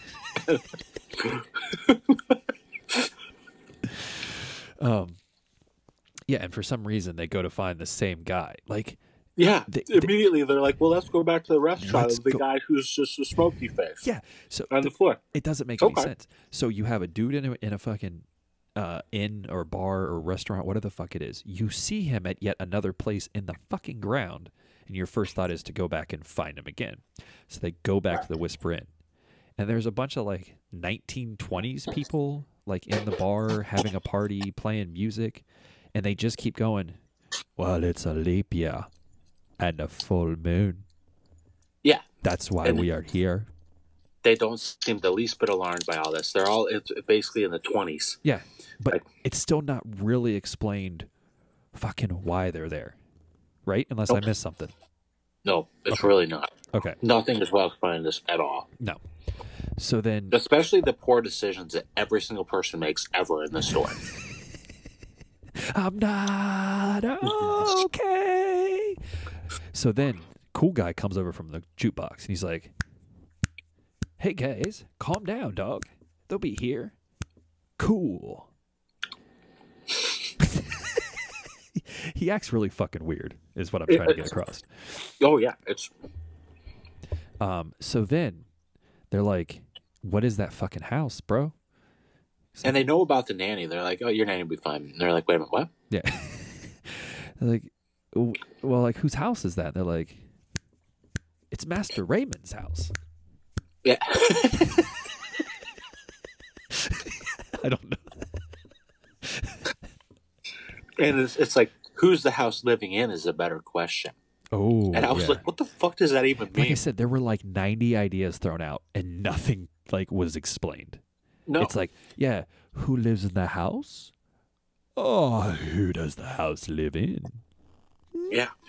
And then they go back in a second ago. They're like, oh, wait a minute, we forgot to use the phone. Maybe we can use the phone to call mom and dad. And they go back in and it's back to the old There's form. no one there. And I swear, like, if you and I were out there, we got lost, and I needed to use the phone, I don't think that I would go the fuck back in there. Right. It's just too fucking weird at this point. Right. But then they go they're back. Like, well, they're like, we got to go get Louise. Yeah. They go back to the fucking Raymond's house. Right. Which, again. Yeah. He's like, well, the teenagers scare the living shit out of me. This isn't even in my notes. I just keep trying to think about new My Chemical Romance songs. So then they go back, and like Louise, they think Louise is in the living room, but really she's in a mirror asking help. She's like, help, help. Everybody's in a mirror. Everybody's in a mirror, but psych, it's Raymond. Oh, yeah. Yeah. He's like... I don't know what I'm doing here. I'll be honest. Because I don't understand this story. Yeah. It's However, I like My Chemical Romance. It's like, have you heard their first stuff? It's great. They keep switching drummers, but it'll be fine in the end. Don't worry. They'll make it. So they end up finding Louise, and she's holding a baby, rocking it, and she's kind of like robotic about it. She's like, "We can, hey, calm down. We're gonna leave. It's just the kid's got to go to sleep. You expect me to leave a crying baby just up by itself? Is that what you fucking kids want me to do?" And the kids are like, well, I guess not. Yeah. Because they buy this. Yeah. Like, I mean, I guess it's a baby. Go ahead. Can we wait in the car? Actually, did you see the room with the banana splits? Like, we're going to go over there. Yeah. And then, bam, turns into a snake. Mm-hmm. Sorry, the baby does. And it's Mr. Raymond. Yeah, it's Raymond. He throws the snake at the girl. Yeah. And have you guys ever seen the Black Parade? It's a beautiful thing. My father, he took me once. Like, stop, dude. Like, is the house here or is it living in you? He's like, touche. Is it still February 29th? Yeah. Is it still? It's not even dark yet, so I don't know about this full moon situation. I put Louise is trapped in the wall. Claire hits some shit, goes behind the wall. Louise is there. His little fan makes people disappear, it would seem, which doesn't make sense. Well, he figures it out because he goes to run away, and for some reason the door's shutting all by itself. He's like, a draft. And he puts it together that somehow a draft or wind fucking hurts My Chemical Romance. So like he runs back upstairs and he's like with the fucking little, like he has one of those portable fans like that you would have, at an amusement park. You did better with this than I did then, because I didn't even get that. I was so bored. And then so like hold on. Raymond tries to scare him again, but Andrew hits him with the fan and he goes away. But now he's in the room with them. Mm-hmm. What does that mean? He's in the room with physically with in Louise, the room. and everybody's in the same room. Okay. And he wants that. He's like, we need the house to stay alive. Now, I would assume that what he's trying to do is murder these kids or sacrifice them for the house to stay alive and give them powers. Sure. But that's never explained. That's just me kind of making something up. Yeah. The kid throws a plant through the window and the fucking wind comes in. And they try to escape, but Raymond's like, Gerard Way, and fucking shuts the door really quick, like, and they can't get out. And now he does the flashlight thing. He starts hitting the fan because the fan won't turn on, and he can't fucking blow Raymond away. Right. So now he's talking to them all. He has mind control. Is that Raymond? I put he has mind control on the two girls. Old lady comes from the wall and says she won't let him. They're too young. They're too young, Raymond. Yeah. And she opens the door, and he is affected, but she isn't, which doesn't make sense. And she's like, fucking go. And the car works, and they go, and then some other schmuck shows up and looks at the house like a moron. Right as they pull away, guy pulls up behind him, and he walks up to the house like a fucking asshole. Yep. He's like, dude, I don't mind like early mid-2000s pop punk. It's good. Let's do it. One last joke in there. Yeah, this was a shithole. We can move on. We can move on to the tale of the shiny red bicycle. David got his bike stolen. He's bitter about it. Yeah, this one might be even a bigger shithole because, like, I mean, it's called the red bicycle and the red bicycle's in it, but I like this one. I mean, it's not as bad as the other one, but I don't know. Until the end, I like this one. So I really like the kid's dad, but we'll get to that. Okay.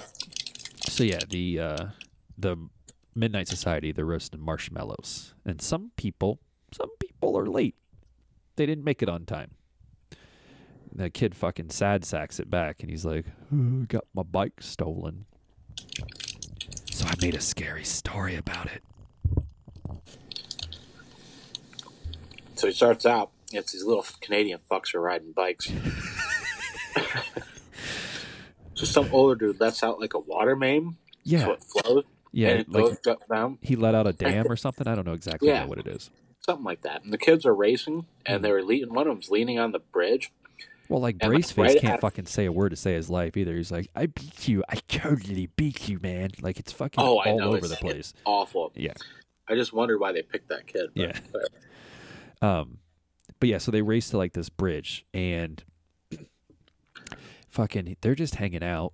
One kid's got a red bike, and he's, like, leaning against, like, the railing of the bridge. And this water is coming down, which somehow I think rattles it loose. Is that what you got from it? I got that they were kind of horse playing a little bit too. Yeah. They're playing grab ass. It's old grab ass. Yeah, and I think he was just kind of leaned his bike on. He was kind of leaning on his bike on the railing, and then everything kind of happened at once. And so the kid fell, and he fucking died. Yeah, he like fell 10 feet and fucking died. Yeah, and all of a sudden, this older teenager kid, he like pops up out of bed. You realize that was a dream. Yeah, or was it? Well, he was having a nightmare because he really did live through that. Yeah. And so he was blaming himself and I killed him. And what's that kid's name? What's the kid's name that died? This is one. Oh, Ricky? Ricky. Ricky died, right? Ben is... I have 3 names. I have Mike, which I think is the actual older teenager. I have Ben as the little brother, and Ricky is the kid that died. Okay, yeah. Okay. Yep, Ricky. So then, this is why I love it, because it cuts down to him, and they're all sitting at the breakfast table, and the dad's like, what the actual fuck? Why would you fall asleep in your cereal, you fucking douchebag? And the kid's just like, dude, like, I'm still sad about my friend dying, like, 10 years ago. Yeah, and the dad's like, wah, wah. You're such a pussy. Like, and then he just gets up and like walks away, and I'm like, dude, that dad fucking let him have it, man. Yeah, and then he goes to school, and he sees the bike there, the red bike. Like, yeah, the red bike is there, and then he looks back, and it's red bike. Nope, it's a mountain bike. Yeah, black mountain bike, and it's like, well, wait a minute, eyes are playing tricks. Yeah, that's what I'm trying to say. He goes to class. What happens at class? He's zoning out in class. And he looks over and he sees his dead ass friend over there. Ricky. He's like, Ricky. Are you alive? Or is he, Did you paint yourself blue and somehow stay the same age? Because this is fucking weird, bro. Yeah, he starts to like freak out. So then he goes to school nurse. What happens at the school nurse? I like how you're just asking me this. She like puts an ice pack on. The same thing happens no matter where he goes. So it's just. Well, yeah, he like she gives him an ice pack and she's like, honey, put this on. And fucking Ricky.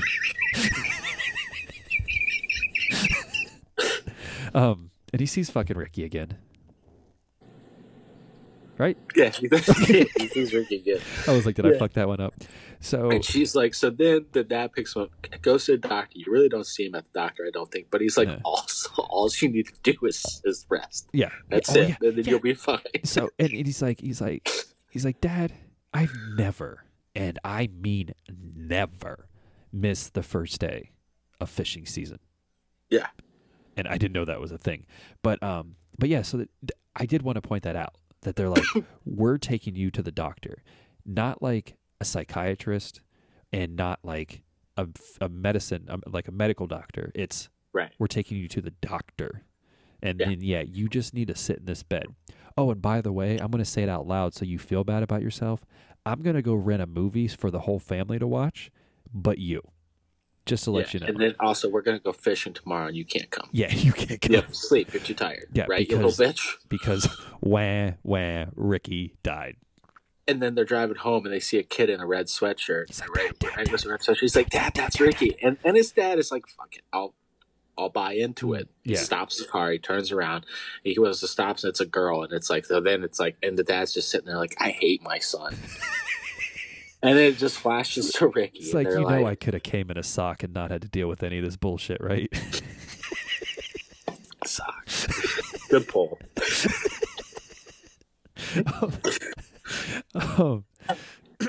So then, his brother believes him, though. His brother's like, Ricky, like, I don't want to go fishing without you. Fishing. Fishing. He's like, do you believe me, little bro? He's like, I believe you, big bro.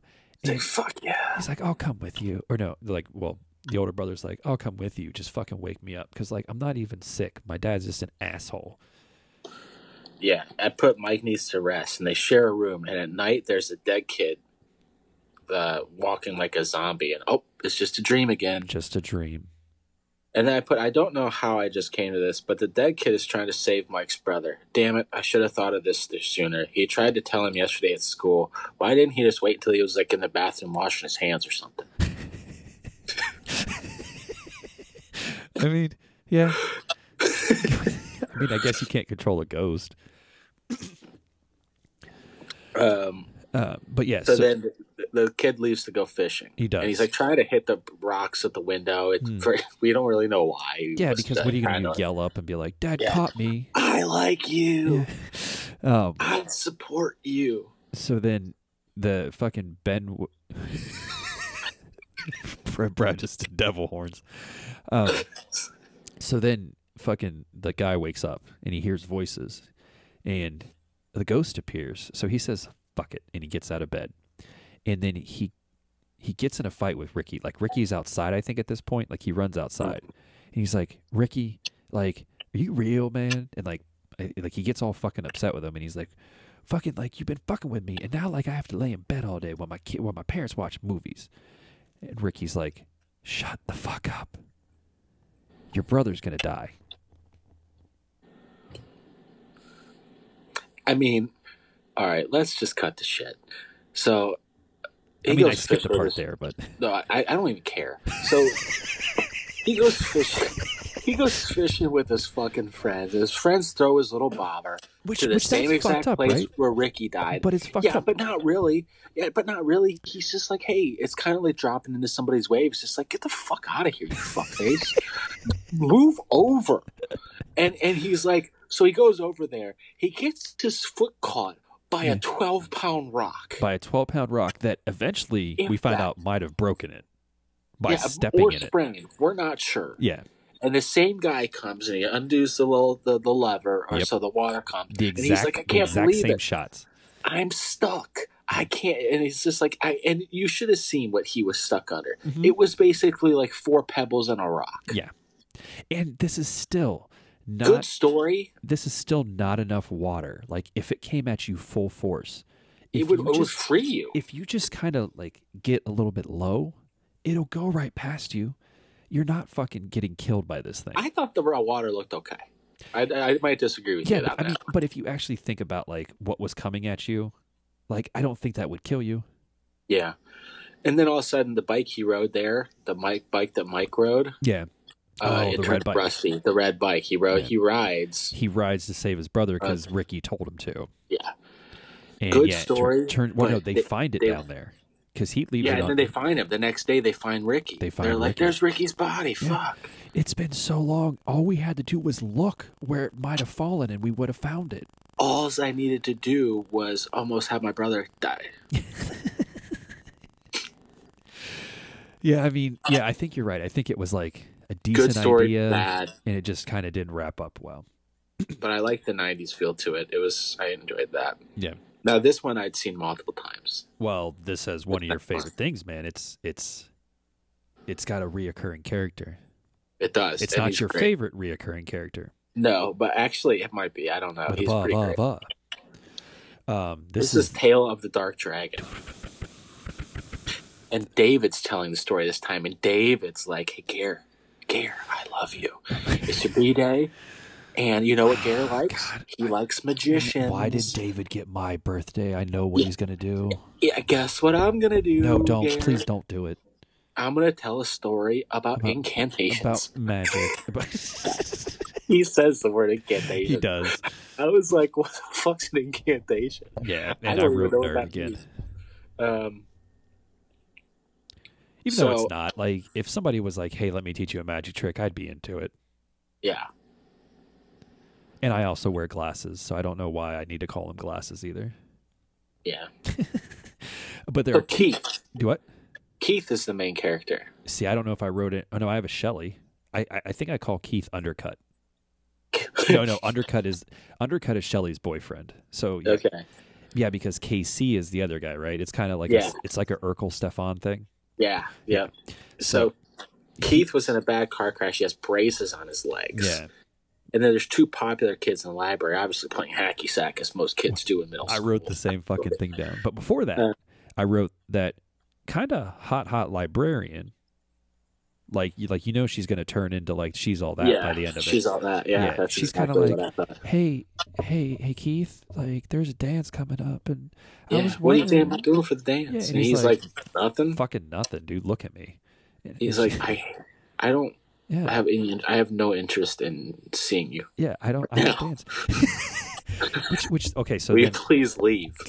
Coming back to the hacky sack scene though, it's fucking weird because like Undercut hits the hacky sack towards Keith, and then like is like nice to him.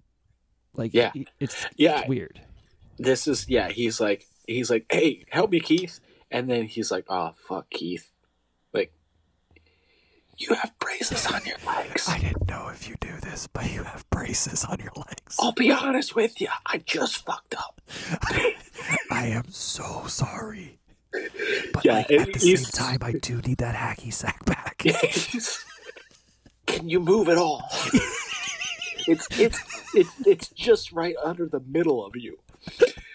No matter what I do, do you care if I'm gonna touch you? Like not, and I don't want to. No homo, but like, can I reach under there, please? I don't want to catch.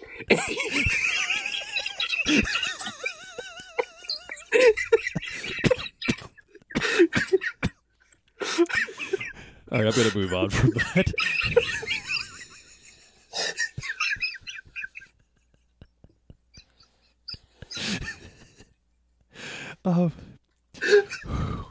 So then after that, he bumps into Shelley, which is Undercut's girlfriend, but hasn't been treating her very well lately. And like he's just like, hey Shelley, like right in front of the fucking hot librarian. He's like, "Hey Shelley, he's like, what are you doing for the what dance? Are you doing for the dance that I'm going to for sure?" And she's like, I don't know. Or she might even say she's going with Undercut. I don't know. But he fucking asked this girl to the dance right in front of the girl that just asked him to the dance that he said he wanted no part of. Already, I'm thinking like Keith's kind of a douche. He is. Because, I mean, he did that to the girl. And then the guy that was actually nice to him, the popular kid that could have just been like, move over, you fuck, and push him over. Yeah. He's like, immediately when he leaves, he talks to his girlfriend. He's like, yeah, it's not, yeah. He's kind of a dick. So in the paper, whatever the fuck it was, he sees an ad for Sardo's. Yeah. No mister. And there's a potion. Yeah.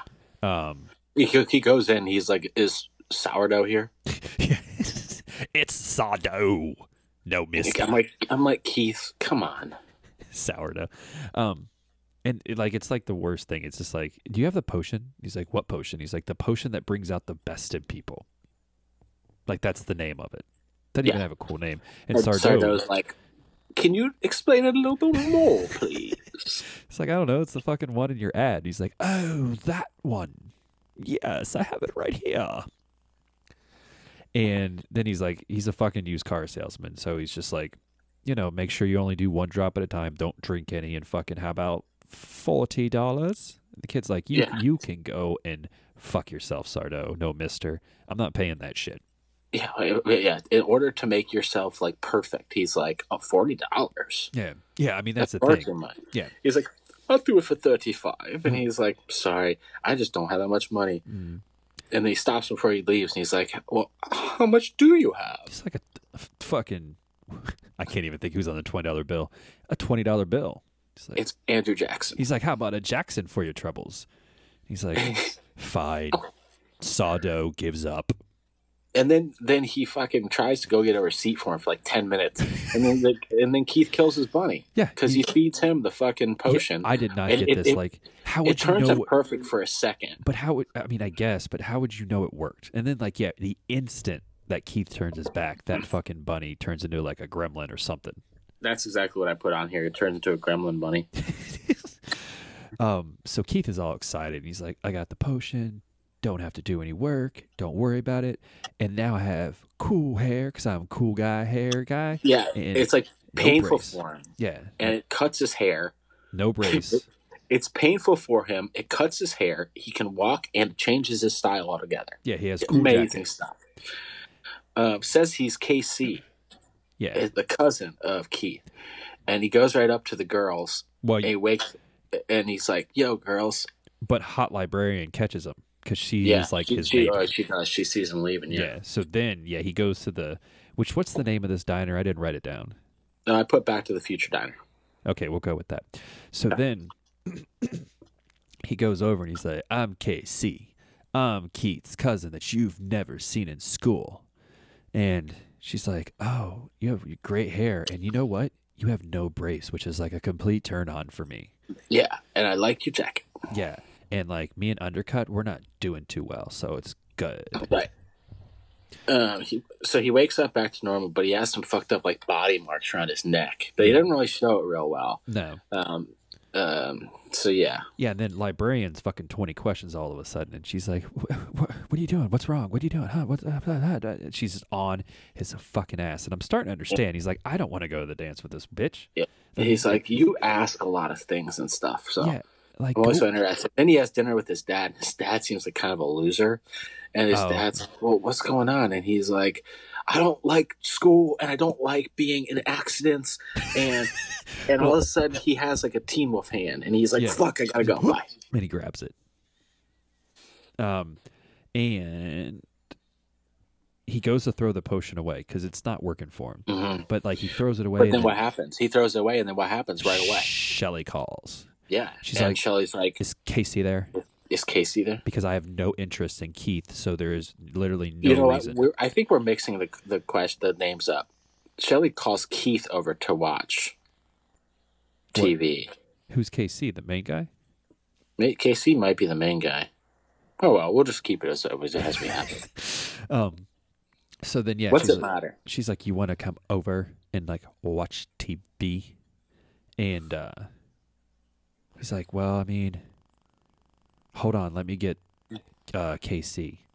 He's like, hold on, I gotta get the potion. Yeah, and then he takes the potion. Sado. He's right back to. He's got cool jacket, cool hair, Mm-hmm. And he wears the same clothes, and he like goes and sees her. Yeah. And then he's like, so we don't see what happens. They don't ever sit and watch TV. It just shows him like at the good night, and he's like, so you going to dance? She's like, well, you know, I have the boyfriend undercut. Yeah. And he's like, yeah, but has he asked you? And she's like, fuck, you know, come to think of it, he hasn't. Your she's logic like, is sound. I guess I'll go. And then they kiss. Yeah. And then guess what happens next day? He wakes up and he's even more fucked up looking, He's just hideous. like a hairiest adventure. Yeah. Oh, yep. There you go. He's got a little hair on him. He doesn't know what's going on. He's kind of a monster thing. He's not really a werewolf. I don't know what to call it. So what would you do if you were in this situation? I would go back to the magic shop and ask what I'm doing wrong. And that's exactly what he does. He goes to see Sardo. And Sardo's like, well, you're the only person to ever actually buy it. Yeah. Even though I made an advertisement for it in a whole magazine. And do you know this guy named Brad? He does this podcast. And he said something about you at the beginning of this episode where you're kind of a dickhead. And if this potion brings out the inner you, then maybe this is what you are, buddy. Did you ever think about that? No refunds, even though I gave you the receipt. But yeah, so like, he's like, there's a whole nother page. It's kind of like the Ernest Scared Stupid page where it's like, but he's like, oh, there's more? There's Sardo's like, and he's like, well, yeah, obviously it says like continued on next page. Yeah. And Sardo's like, interesting. Uh-huh. And he's like, oh, well, you have to fight the dark dragon within. The dark dragon. I mean, that's fucking easy, right? Just find him and fight him. Yeah, that's fine. Cool. Yeah. And then you'll just be KC all the time. Yeah, it's fine. Don't worry about it. Yeah. Don't you have a dance to get to, you asshole? Yeah. But at and so the nerdy girl comes in his house. Yeah. Like in the weirdest cutscene. Yeah. Like all of a sudden she's just like there. And he has turned into like a complete fucking werewolf gremlin thing. He's full blown like troll at this point. Yeah, troll. Yeah. And it's exactly so bad because like his mouth, like she's like knocking on the door. She's like, let me in. Let's talk. I know you're doing something. And he's like, his mouth isn't moving. And he's like, no one can hurt me now. Just leave. I'm hideous. Be gone with you, wench. So she just does. She leaves. Like, she doesn't really put up too much of a fight. No. He makes it all the way to the dance, somehow looking like this fucking troll thing. Yep. And then goes into the school right by his locker, takes a drink of his potion, and turns into KC. Mm-hmm. I don't know how the fuck he was like, well, this seems like a good idea. I'll make it all the way. He has like a black hoodie and like black jeans or something, and he drinks the potion and rips it off into a full blown like gray suit. Yeah. Like just he was ready. But guess who sees him do all this? Ooh, hot librarian. Hot librarian. Yep. So he makes it to the dance, and he's like, oh, he's cutting a rug.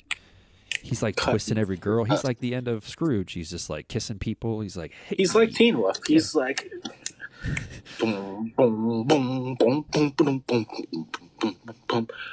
How does it? No, I was just gonna let you keep going. You know a song that? How does that go? I can't remember that song, man. And they're all like, oh yeah, I mean they probably are doing the wolf. Yeah. So where's the wolf? That didn't happen. All right. He has his KC, and she sees it, opens it, drinks the whole fucking potion. Yeah, so she's fucked. Yeah, so for some reason, because she saw KC drink it, she's like, I need to drink it as well. And then my favorite scene of the whole thing, the principal gets up there and he's like, as we always do with homecoming, we have to tell you who the best athlete in school award is. Best athlete. I've never fucking heard of a best athlete award, I don't think. And so it's the girl's boy. What's her name? I'm sorry. It's Shelly's boyfriend, Undercut. Shelly's boyfriend. And he gets up there and gives us heartfelt speech because he's such a great guy. Oh, dude, he's very likable. I fucking love this scene because not only is Shelly there with another guy, but he has his own date. And instead of saying anything about that date, he gets up on stage and he's like, fucking Shelly, dude, I love you. Like, this award is dedicated to you. To her. Because if you were on a date with that guy, wouldn't you just be like, what the fuck? Yeah, it's the only negative thing he did the whole episode. But he's been a great guy. Yeah. And so she's like, well, obviously I'm gonna go dance with him. And I don't really like you that much, KC. Yeah. And then the other girl comes. You're just kind of a notch on my bedpost. It's okay. Yeah, the other girl comes. She's looking like fucking Rachel Leigh Cook, and he's Freddie Prinze Jr. now, and she's all that. The end. Well, what I'm trying to think of the song when she walks down the stairs. Kiss me underneath the sing. Is that it? Oh, is it? Yeah. Kiss me. So this is where you can probably actually get mad at me because I can pull that song out easier than the Teen Wolf song. Well, I could only. I mean, if you were doing "Win in the End" by Mark Safan, like, or "Shooting for the Moon," the last song, I know those lyrics. Okay. But the Wolf Dance one, I don't know that I know that well, so I can only yell at you so much. Okay. All right. You're a big bad wolf. I know that part. We were almost at our first dispute in GBGG history, so we avoided it. We're okay now. So yeah, the other girl comes in and she's like professes her love, but she is sick. So they go outside. Oh, she's having troubles too. Like she's not looking good. And she doesn't look that much different. I'll be honest with you. No. She basically just lost her glasses, and she says she did it for him. And she's like turning into a vampire. It seems kind of like she's getting teeth. It's really weird.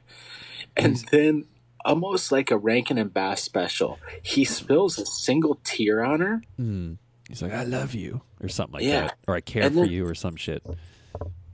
Yeah, and then they turn normal again, and he's like, "I beat my dark dragon." Yeah. And the principal's like, "What happened?" And he's like, "Dark dragon, I beat it. I beat the dark dragon." And then they're together now. Like, he hated this girl. Yeah. Yeah, it's once. I mean, I don't know. I guess this one was okay. I didn't hate it, but I like this one. But it was. I think it was the ending. It was just like, what the fuck just happened? Like, I think sometimes fitting a good story into 22 minutes. Well, yeah, is hard. And I actually thought this was actually a really good story. It just needed a little bit more time to actually tell it correctly. And the other part of it is that you didn't like Casey or Keith or whatever his name was. Like, he's kind of a dick. Yeah. So I would say that my favorite episode is the full moon out of this disc. The full moon. The one about the werewolf. I like that one a lot. Wow. There wasn't any things that like blew me out of the water. I think I liked all of them a lot. I thought that they were all really good except the one about not the graveyard one. The full moon on leap year. The whisper in or whatever. It was bad. Yeah, it didn't make any sense, and like, no, there wasn't one thing actually explained, or there wasn't really any real danger either. Like, it was weird. No, nothing about it was good. But I liked I liked all the other ones. I actually thought that the one about the kid and the bike falling in the thing, I thought that was maybe the best story, but they just didn't do it right. Okay, I'll give you that. Hey, like it was a really good idea. Do you have anything else to add before we conclude? No, this is my last Are You Afraid of the Dark, though. So if we're gonna do another one, I'm about to buy season 3. Oh no! So I don't even know if they're still available. So it's something I have to check. They should be. I don't know. And they're so weird because I think there's more than I have 1 through 5. But I feel like that there's like 7 of the original run. Okay. But I don't know if you can find them. Like, it's really weird. And then there's like Canadian releases. There's all these different releases of it too. Yeah, and I didn't want to actually. This has forced me to watch them, so it's been nice because I didn't want to buy any more because I bought season 1 and then I bought season 2 without actually finishing season 1. Okay. So like this is kind of like I haven't even gone through all my Tales from the Crypt, and I've had it for years. I mean, there's all that. I haven't went through Night Gallery, The Munsters. What else do I have? What was that one that I really liked for like a fucking month? Tales from the Dark Side. I haven't went through all those either. Yeah, exactly, and that's why I haven't bought Tales from the Dark Side. It's only like $20 at Walmart now. Oh, I mean, I love them. Like, I was into them for a little bit, and then it just like I moved on to something else. Yeah, it's hard, but all right. Well, I can't remember what they say. Holy shit. we submitted for the approval. No, at the end when they're just like, we consider this fucking finished, and then they throw the shit on the fire to put it out. That's better. We consider this finished. Go watch some TV. Grant and Brad's Ghastly Dab.